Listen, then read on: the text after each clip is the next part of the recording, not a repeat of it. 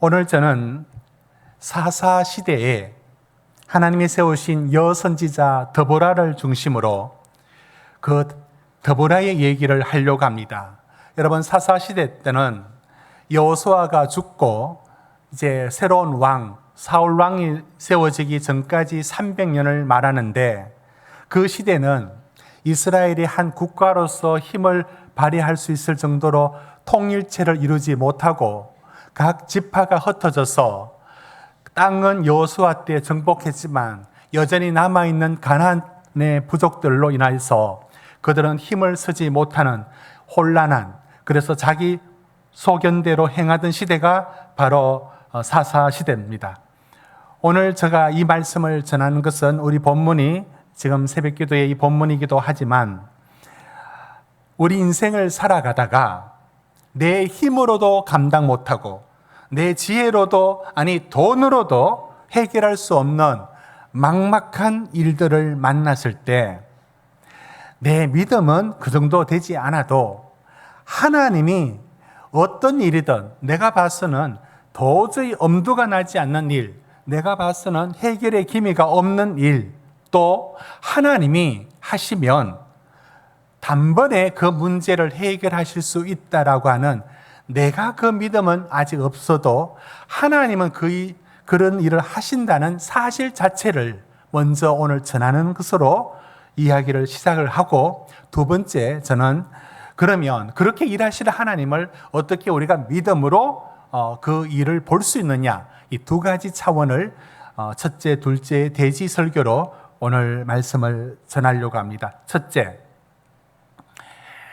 여러분, 철병거를 오늘 만나게 될 텐데요. 철병거를 무용지물 만드시는 하나님을 보라. 오늘 말씀을 우리가 사사기 4장 5장을 중심으로 봐야 되는데, 그러니까 이 당시 이스라엘과 가나안이 어떤 군사력을 한번 비교를 해야 되고, 어떤 상태의 전쟁을 배경으로 하고 있는지를 잠시 한번 보겠습니다. 먼저 보실 것은, 여러분, 이스라엘의 군사력이 어느 정도냐면 5장 8절에 이렇게 나와 있습니다. 5장 8절에 보시면, 무리가 새 신들을 택하였으므로 그때 전쟁이 성문에 이르렀으나 이스라엘의 4만 명 중에 방패와 창이 보였던가. 이 사사기 5장은 드보라와 바락의 노래 형태이기 때문에 저렇게 적혀져 있지만, 저건 사실을 바탕으로 합니다. 이스라엘은 4만 명에 불과하고 그 중에서 방패와 창도 제대로 갖추지 못한, 변변치 못한 군사력이었다면, 그러면 이 적대국인 가나안 왕 야빈은 어떤 군사력을 갖고 있었느냐면 4장 3절을 한번 보십시오. 여러분, 성경책 4장 3절을 보시면 이렇게 되어 있습니다. 4장 3절 우리 찾아서 같이 한번 읽읍시다. 4장 3절입니다. 시작. 야빈 왕은 철병거 900대가 있어 20년 동안 이스라엘 자손을 심히 학대하였으므로 이스라엘 자손은 여호와께 부르짖었더라. 그러니까 여기서 가장 두드러진 무기 체계 중에 가장 앞세울 만한 게 뭐냐면 철병거 900대. 철병거 900대. 여러분, 이것이 군사력으로 얼마나 강한지를 비교할 수는 없지만, 분명히 창과 방패를 4만 명 병사들 중에 제대로 갖춘 사람이 없었다는 것에 보면 가나안의 군대가 이만합니다.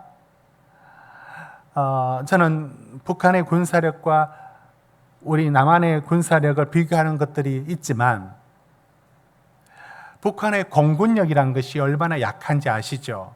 상당히 오래전에 귀순에서 왔던 그 비행사가 이제 남한에 도착했을 때, 내렸을 때 뭘 신고 있었는지 아십니까? 그 집신 같은 거 다 떨어진 걸 신고 있었습니다. 비행기에 기름 하나 제대로 넣지 못하는 수준입니다. 그런 재래식 무기가 우리 남한에 비교도 못할 만큼 열악하죠. 그러니까 핵에 집중해서 비대칭 전력으로 나오고 있는 것이죠. 군사력을 비교해 보는 거예요. 그러니까 4만 명 중에 방패와 창 제대로 갖춘 사람이 없었다 하면은 누구는 창은 있는데 방패 없으니까 막 대충 아무거나 솥뚜껑 하나 들고 왔겠죠. 창 없으니까 아무거나 뾰족한 거 하나 들고 왔겠죠. 초라하기 그지없는 군사력에 비해서 철병거, 저 시대에 철병거라고 했으니까 요즘에 뭐 전차 이런 건 아니지만 분명히 이 900대라는 엄청난 숫자의 한 대에 편성된 인원들로, 병사들로 따지자면 상당했을 겁니다. 자, 엄두가 나지 않죠. 그럼 전쟁은 어떤 식으로 진행되느냐 하면, 전쟁은 이루어지는 것이 어떤 것이냐면, 여러분 우리가 방금 읽었던 말씀, 여러분 4장 13절 다시 한번 보십시오. 어디에 그들이 진을 치느냐면 13절 보십시오. 하로셋 학고임으로부터 기손강 기억하시고요. 그러면 이스라엘은 어디에 진을 치느냐면 다볼산에서 칩니다. 자, 그러면 사진 한번 보십시오. 다볼산. 산이 세월이 흐른다고 크게 달라지겠습니까? 그때나 지금이나. 자, 저런 모양입니다. 한 해발 575m 정도, 높지도 낮지도 않는 정도. 저 정도에다가 둥그스름한 산이죠. 성지순례 가면 다 저 산에 올라가서, 저 산에 올라가면 엘리야의 동상이라든지 여러 가지가 있습니다. 차로 쭉 올라갑니다. 저게 좀 더 넓은 곳을 보면 저 바로 밑에 지역을 평지인데요. 저 평지가 이스라엘 평지라 해서 이스라엘의 전쟁이 다 저곳에서 일어났습니다. 자, 보시면 저 다볼산에서 발원에서 나오는 강이 보이지 않지만 그걸 기손강이라고 부르는데, 그 기손강이 다볼산에서 발원해서 쭉 나오는데, 이 평지가 그 기손강이 지도 한번 보시면 여기 있는 것처럼 그 위치, 그 다음 사진을 보십시오. 여기 보시면 그 기손강이 이렇게 다볼산에서부터 이렇게 흘러갑니다. 이렇게 흘러가는데 저 강이 큰 강이냐면 그렇지 않고 지류입니다. 그리고 어떤 근기, 마를 때는 그냥 강이 없어질 정도로 아주 얕은 곳입니다. 그러니까 저 이스라엘 평지가 굉장히 넓은 곳이고, 지금 다볼산에서 이스라엘이 10,000명 정도밖에 안 되는 인원으로 진을 치고 있고, 가나안 왕 야빈은 군대 대장 시스라를 앞세워서 이쪽에 이스라엘 평지 쪽으로 진을 치고 있는 겁니다. 자, 어마어마한 숫자가 메뚜기 떼처럼 앞에 철병거 900대를 쫙 세우고 올라오는 겁니다. 됐습니다? 자, 여러분 이 상황입니다. 그러면 저 전쟁을 치르게 되는 사람은 바락이라는 이제 드보라의 지시를 받은 이제 군대 장관입니다. 어떻게 이길까? 여러분, 엄두가 나지 않는 일들입니다. 10,000명으로 저기서 정말로 개미떼처럼 쫙 밀려오는데, 그리고 철병거가 햇빛을 받아서 번쩍번쩍 하니까 우리가 들고 있는 건 뭐 창 하나 들고 꼬챙이 같은 거 들고 이러고 있는데, 저렇게 들고 오니까 얼마나 무서웠겠습니까? 정말로 가장 눈에 띄는 것은 철병거 900대가 번쩍번쩍거리고 있을 때 얼마나 위압적이겠습니까? 자, 그런데 저는 이 철병거를 우리 인생에서 만날 수 있는, 야, 저건 내가 감당 못해, 저건 내가 어쩔 수가 없어, 이렇게 느껴지는 우리 인생에 다가오는 문제로 저는 보여집니다. 와, 저건 내가 감당 못할 것 같아. 그런데 일단 우리가 먼저 살피는 게 뭐냐면, 하나님이 저걸 감당할 믿음은 아직 없다 치더라도 하나님이 어떻게 처리하느냐를 한번 봐주시기를 바랍니다. 어떻게 처리하느냐면, 내가 봐서는 정말 엄두가 나지 않는데 하나님이 아주 쉽게 해결해요. 쉽게 해결을 어떻게 하는가? 여러분 한번 보시면 5장, 여러분 21절을 한번 보십시오. 5장 21절. 5장은 전쟁이 끝난 후에 찬양을 부르는 노래 가사로 되어 있어서 이렇게 되어 있지만 여기서 생각해 볼 수 있습니다. 21절 찾았죠? 우리 같이 읽습니다. 시작. 기손강은 그 무리를 표류시켰으니 이 기손강은 옛 강이라 내 영혼아 내가 힘있는 자를 밟았도다. 이게 무슨 얘기냐면 철병거 900대가 올라오는데 어떻게 이길까라고 두려워 떨고 있는데 하나님이 뭘 하느냐면 이때가 근기, 비가 올 때가 아닙니다. 우기 때는 저 밑에 지역에서 진을 치면은 불리하니까 안 칩니다. 근기 때 전쟁을 치를 겁니다. 그러면 비가 올 때가 아니에요. 비가 올 때 아닌데 하나님이 비를 오게 한 거예요. 비를 오게 하니까 기손강이 보통 때는 그냥 도랑처럼 흐르던 물이 거기가 넘치는 거예요. 비가 더 내리니까 그 밑에 다볼산 아래로 펼쳐져 있는 이스라엘 평지 쪽이 진흙탕이 된 겁니다. 진흙탕이 되니까 철병거가 무게가 있으니까 오히려 짐이 되고 아무 쓸모가 없고 진흙탕에 빠져버린 겁니다. 마치 러시아가 우크라이나 침공할 때 돈바스 지역에 처음 들어갔을 때 전차 소용없었죠. 진흙탕에 빠지니까 헛바퀴 돌고 무한 궤도도 소용없었습니다. 그런 꼴 난 겁니다. 그러니까 철병거 900대는 그 자체가 오히려 소용없어집니다. 어떻게 되느냐? 여러분 4장 15절을 보십시오. 그러니까 거기 군대 장관이 시스라입니다. 시스라가 어떻게 했느냐면 시스라가 어떻게 했다라고 나와 있느냐면 걸어서 병거에서 내려 걸어서 도망한지라. 그러니까 이게 안 되는 겁니다. 여러분, 저는 하나님이 일하실 때 어떻게 일하시는가를 바라보면 우리가 그 일을 다 하는 게 아니에요. 내가 내 힘으로 어떻게 할까 엄두가 안 나도 하나님이 하시는 방법은 수만 가지입니다. 하나님이 하시면 합니다. 어떻게 하느냐? 그 철병거 900대를 무용지물 만들어 버리는 겁니다. 여러분, 내가 어떤 상황에도 어디에도 출구가 보이지 않아도 어떤 희망도 보이지 않아도 어떤 해결이 될 가능성이 보이지 않아도 야, 이렇게 살아야 되느냐? 라는 문제도 그게 철병거 아닙니까? 그 철병거도 하나님은 해결할 방법이 하나님 또 고민 많이 하다가 어떻게 하나 방법을 찾았느냐 그게 아니라 하나님은 그 방법이 수만 가지라 하나님 원하시면 오늘 이 방법으로 해결하시듯이 해결하시는 줄로 믿습니다. 왜냐하면 여러분 저는 잠시 야곱의 얘기를 하려고 합니다. 야곱이 그랬거든요. 야곱은 자기 인생을 자기가 성공할 수 있는 인생으로 달려온 인생이에요. 형 에서에게 도저히 빼앗을 수 없는 장자권을 빼앗았죠. 축복권을 빼앗았죠. 그리고는 어머니 고향 밧단 아람에 도망가려고 갔는데 그 길로 20년을 살게 됩니다. 외삼촌 밑에서. 그런데 얼마나 악바리로 돈을 벌었느냐.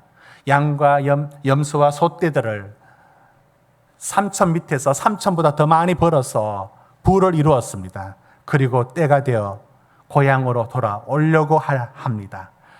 내려옵니다. 내려오는데 이런 소식을 듣게 됩니다. 창세기 32장 6절에 바로 20년 전 형 에서가 군사 400을 거느리고 기다리고 있다는 소식을 들었을 때 32장 7절에 야곱이 심히 두려워서 떨게 됩니다. 11절에 기도하죠. 주님, 나를 형의 손에서 건져 주소서라고 기도하죠. 여러분, 이렇게 지금 야곱이 내려옵니다. 그런데 저거로는 성이 차지 않아서 그가 가진 그 가축대들과 그 가족들을 때를 나누어서 솔직히 말하면 먼저 죽어도 되는 사람 앞세우고 귀한 사람은 뒤로 가고 자기는 후발대를 쓰고 이런 잔머리, 여전히 야곱은 잔머리 서면서 내려오는데 그 불안을 감당 못합니다. 여러분, 이게 야곱이고 이게 우리 아닙니까? 이 문제를 해결해 보려고 인간적인 방법을 다 사용했지만 안 돼요. 안 된다고요. 그러나 하나님이 하시면 하나님이 해결하십니다. 그걸 어떻게 보느냐? 야곱을 걱정하고 근심하고 잔머리 다 섰는데 그게 그를 보호해 주는 게 아니라 하나님이 에스를 먼저 만나서 이 일을 해버리신 거예요. 어떻게? 여러분 창세기 33장 4절에 보시면 에스가 달려나와서 에스가 칼 들고 죽일 줄 알았는데 달려나와서 야곱을 안고 어금 맞추면서 내 동생아라고 받아들일 때 이게 야곱이 다 한 일입니까? 하나님이 보이지 않게 일을 하신 거 아닙니까? 하나님이 해결해 놓았습니다. 저는 여러분의 인생 속에서도 여러분이 다 풀 수는 없어요. 여러분이 다 해결할 수는 없어요. 그러나 하나님, 여러분 이런 노래를 하게 될 겁니다. 시편 30편 5절에 그의 노염은 잠깐이요 그의 은총은 평생이로다. 그리고 여러분은 어느 날 아침에 이렇게 고백하게 될 겁니다. 여러분 여기부터 같이 읽읍시다. 저녁에는 시작. 저녁에는 여러분 저기까지 한 번 더 반복합시다. 시작. 저녁에는 울음이 깃들일지라도 아침에는 기쁨이 오리로다. 여러분 이 저녁과 이 아침 사이에 내가 뭘 한 게 없어요. 하나님이 하신 겁니다. 여러분 인생 속에서도 여러분이 다 해결할 수는 없어요. 그러나 그 철병거, 내가 감당 못할 그 철병거도 무용지물 만들어 버리시고 하나님이 해결해 주시는 것처럼 여러분 인생 속에 하나님의 일하심이 그 정도의 믿음이 아니 있더라도 오늘 말씀을 왜 주시느냐면 이런 일을 하실 수 있다는 하나님을 머리로 알기라도 해주는 겁니다.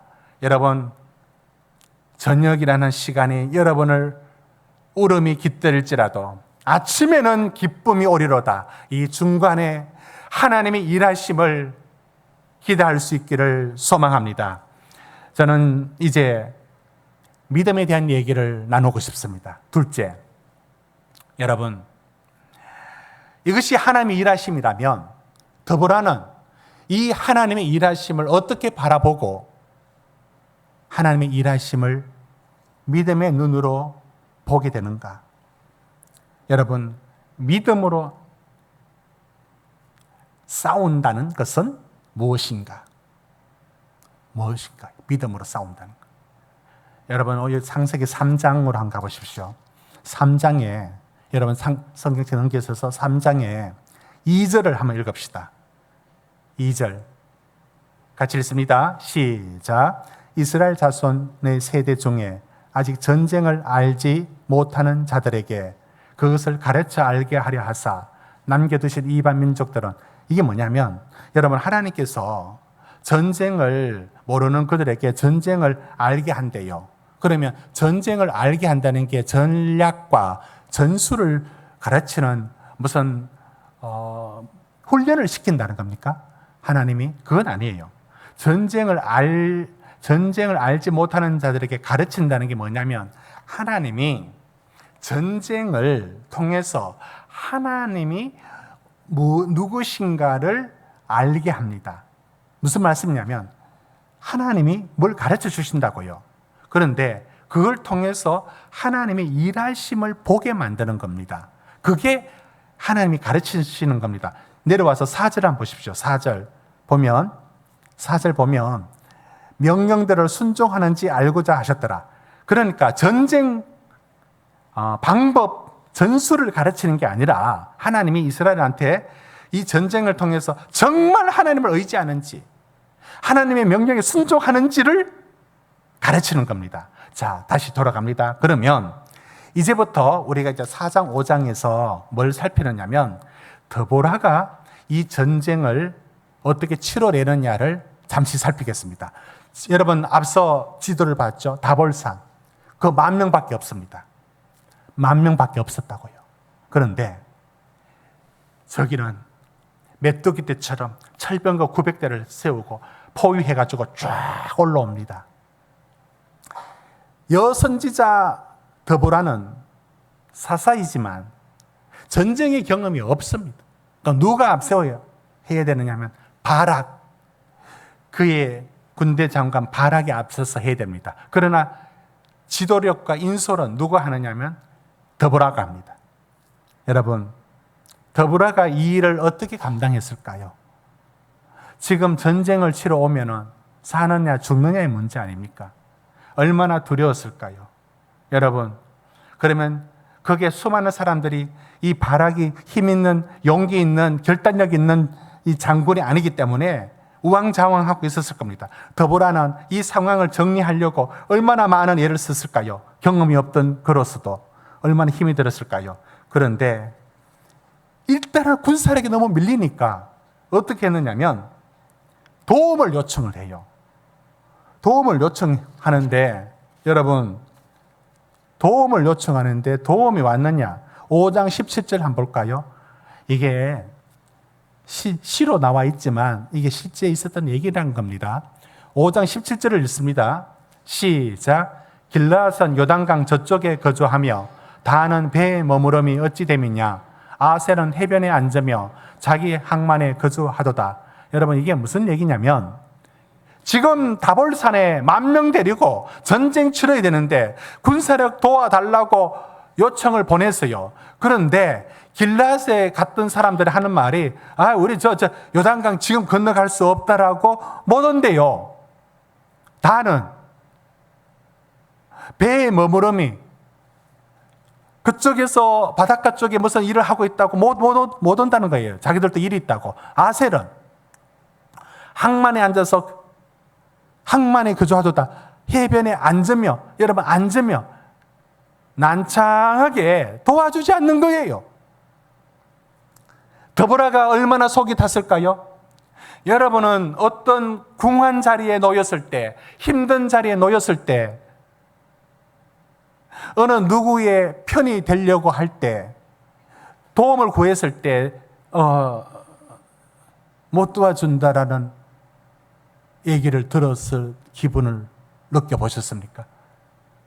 나 좀 도와달라고. 나 정말 부탁인데 좀 도와달라고 하니까 이번에 못 도와준다고. 여러 이유를 대면서 도와주지 않을 때 이 드보라가 어떤 마음이었을까요? 여러분, 얼마나 좌절했을까요? 얼마나 마음에 낙심이 들었을까요? 여러분, 지금 이 전쟁은 누가 치르고 있습니까? 지금 드보라가 군사력이 오면 이기고 군사력 안 오면 지느냐, 이 싸움을 하는 게 아니에요. 그는 하나님 앞에 이 일을 감당하면서 도움을 구했는데 안 돼요. 저기도 안 돼요. 여기도 안 돼요라는 얘기를 들었을 때 다리가 떨렸다고 마음이 얼마나 낙심이 들을까요? 여러분, 사람이 어떤 위기와 어려움을 겪을 땐 참 도와주는 작은 도움 하나가 눈물겹도록 고마운 거예요. 그러나 길라앗과 단과 아셀은 다 자기 입장이 있고 자기 형편이 있어서 못 도와주는 거예요. 그 못 도와주는 현실 앞에 드보라가 이건 뭐 이렇지? 왜 이렇게 일이 안 되는 거야? 라고 낙심하지 않고 하나님을 바라보는 거예요. 하나님을 바라봅니다. 어떻게 했을까? 여러분 18절 보십시오. 18절 같이 읽습니다. 시작. 스불론은 죽음을 무릅쓰고 목숨을 아끼지 아니한 백성이요 납달리도 덜에 높은 곳에서 그라도다. 두 지파가 유일하게 도움을 준 겁니다. 하나님이 도와주는 사람도 함께 세워주신 겁니다. 여러분, 저는 지금 드보라가 이 전쟁을 수행하면서 누구를 응시하고 있느냐면 하나님을 응시하고 있다는 것을 보게 됩니다. 왜? 여러분, 이런 얘기를 통해서 뭘 볼 수 있느냐면, 여러분 다시 뒤로 가서 5장 4절 5절 보십시오. 하늘이 물을 내리고 구름이 물을 내렸나이다. 5절에 산들이 여호와 앞에서 진동하니, 지금 무슨 말씀을 하느냐면 드보라가 가진 믿음이 뭐냐면 하나님 출애굽의 하나님, 하나님 홍해를 가르치는 하나님, 하나님이 역사했던 일을 그는 믿음으로 붙들고 있는 겁니다. 여러분, 지금 우리가 살필 이야기, 이 부분들이 뭘 보여주느냐면, 드보라가 전쟁을 치르지만 이 일이 단순하게 전쟁이 아니라 내가 하나님을 얼마나 의지하는지, 하나님의 도우심을 바라보는지, 하나님이 어떻게 일하시는지를 바라보는지에, 그게 지금 드보라가 가진 믿음인 거예요. 믿음은 이 전쟁이 단순한 전쟁이 아니라 내가 얼마나 하나님을 바라보는지, 얼마나 하나님을 붙드는지의 싸움인 겁니다. 이게 드보라가 하는 싸움인 겁니다. 여러분, 지금 우리 인생 속에 하나님 앞에 섰을 때, 하나님 앞에 섰을 때 우리가 보여지는 일들이 그 일들만이 전부가 아니라고요. 그 일들을 통하여 하나님이 뭘 말씀하는지, 어떻게 일하시는지를 이면을 볼 수 있어야 되죠. 드보라가 지금 보여주는 게 이 믿음인 겁니다. 여러분, 이스라엘의 초대왕 사울 왕은 뭘 모르느냐면, 아말렉과 전쟁할 때, 블레셋과 전쟁할 때 이걸 인간적인 일로만 받아들여요. 그래서 아말렉 전쟁할 때 이거 괜찮네 하면서 전리품을 감추죠. 진멸하지 않고. 블레셋 때도 마찬가지고. 이게 뭐냐면, 이 전쟁을 통해서 하나님이 뭘 말씀하는가를 보지 못하고 인간적인 방식으로 전쟁 치르는 게 사울 왕이었습니다. 여러분, 오늘 저는 이 말씀을 어떤 말씀에서 전하고 있느냐면, 드보라가